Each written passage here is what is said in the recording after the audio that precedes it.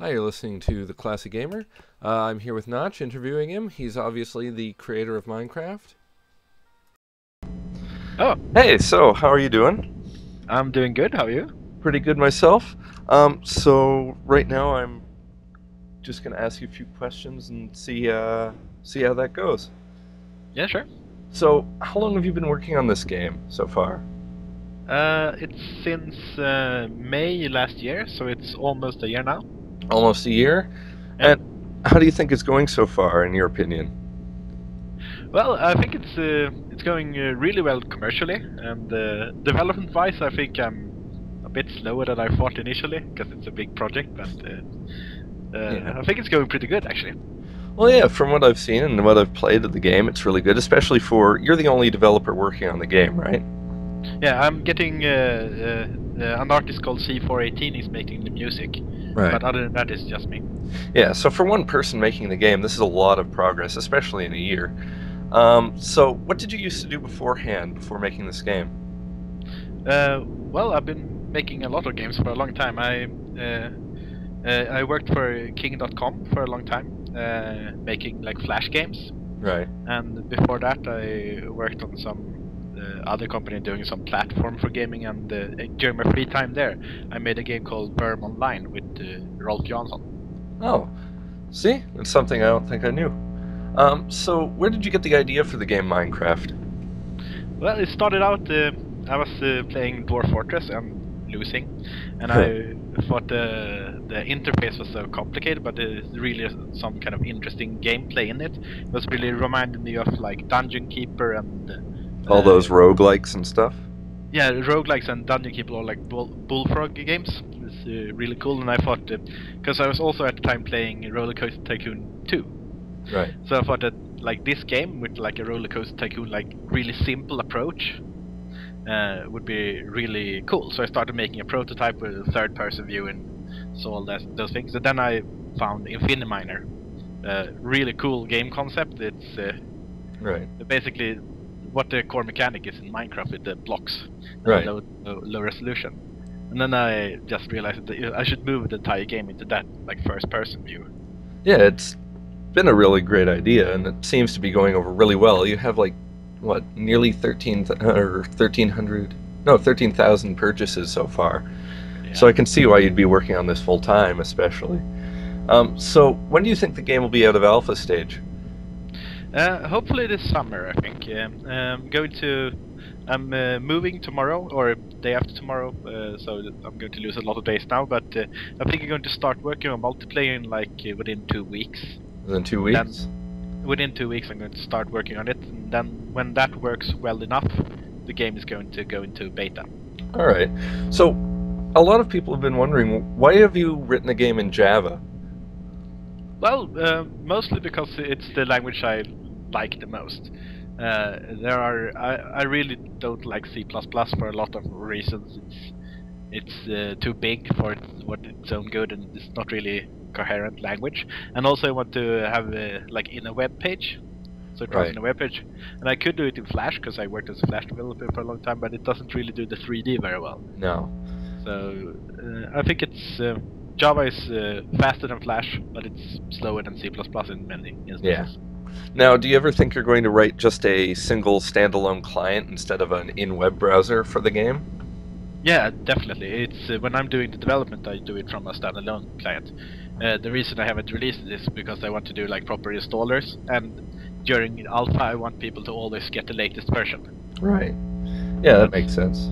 Yeah. So where do you see the game in 2 years? In 2 years, that's really hard to tell. If you would have asked me like half a year ago, I would have said that I was done with it and was working on something else.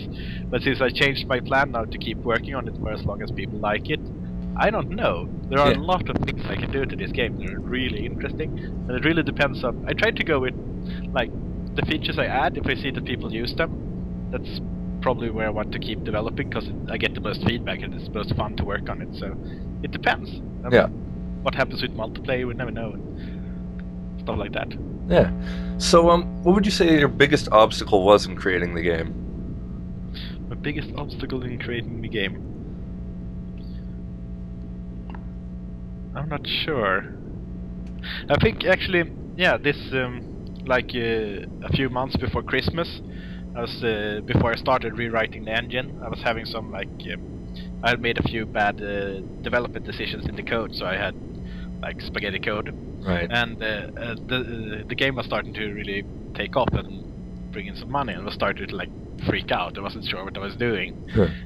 So then I got some morale issues, I think. So it was a couple of months there, and development was pretty slow. So I think that's actually the biggest obstacle I've had so far. Yeah. Well, at least you're over that hump now. Yeah. So, what do you think about? Are you thinking about adding new weapons or enemies to the game? A lot of people have realized that with the I think it's three monsters in there. That it's we could use some more monsters or stuff like that. Yeah, that's definitely coming. I have a few ideas, and the basic idea for the monsters is that every monster type should be unique. Right. So I could just go the route where I have like 5 different creepers, stuff like that, but I don't think that's really necessary. No. I'm very inspired by like old Nintendo games, where you had like a frog that would jump back and forth, and you could have something that shot in a special way. Like in old Mega Man games, every enemy was unique, more or less. Yeah, separate and unique and all that. Yeah. All right. So a lot of people want to know if you'll be ever adding magic or anything like that to the game. Yeah, I think I am. Mostly probably in the form of enchantments and stuff. Possibly like if you build a certain structure in a special way, it acts like what's it called, a ritual or something like that. Probably not like spell casting like fireballs and stuff, but Right. passive magic. All right, so that sounds good. Now, have you ever thought about, or are you thinking about adding any things like machinery or mine carts or stuff like that for transportation? Because the infinite map idea is really great, but if people want to be doing it online and all that, the moving around will be a problem. Yeah, it's definitely gonna be a problem. I've thought about it, but I've tried not to think about it. It's a really interesting problem. Like just having a moving cart is not really a problem, but it's such a vertical game, so there are a lot of hills and stuff. And how would you make a Minecraft look good going up and down a hill and Right. things like that? But as for machinery, it's some kind of like doors that will open, and levers you can pull, and stuff like that are coming. Right, that's great. So, with the infinite multiplayer that's going to be coming out, I assume, Yeah. will there be a way to protect the items that you have while you're in infinite multiplayer or anything like that? I'm not sure if it's needed. Well, If people need it, I will add it. Probably it will be needed. But a lot of the things, if I just make some naive thing, like only one person can open this chest, then you can still wall that chest in or pour lava on it. yeah, and hide it that way and all that stuff.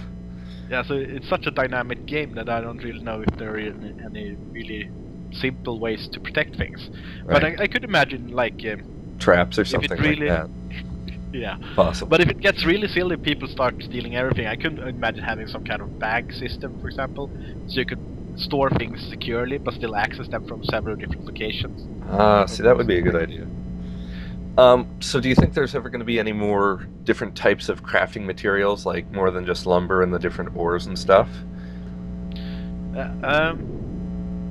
I think so. If it's needed, I got a lot of room for new tile types, but I've intentionally avoided adding more than now. I'm Yeah. going to wait until the multiplayer is in and all the features are in. I would like to expand on the tech tree a bit, so there's like a point in making stone weaponry first and stuff like that somehow. Possibly expanding with more materials during that. Right. That makes sense. So, just finishing this up, what would you say is your favorite part about making this game? My favorite part about making this game is probably the level generator. I love doing procedural stuff. I Right. always love doing it, and somehow when I did the first version that was 2D based, but now that I did the 3D one for Infdev just recently, I'm just blown away because it does things that I never expected. Right. Which Well, is really I have to say it generates really great maps and all that, especially with the infinite map generation and all that. Mm. All right. Well, thanks for thanks for talking to me and letting me interview you, and I hope you have a good day. Yeah, thank you. You too. Bye. Bye.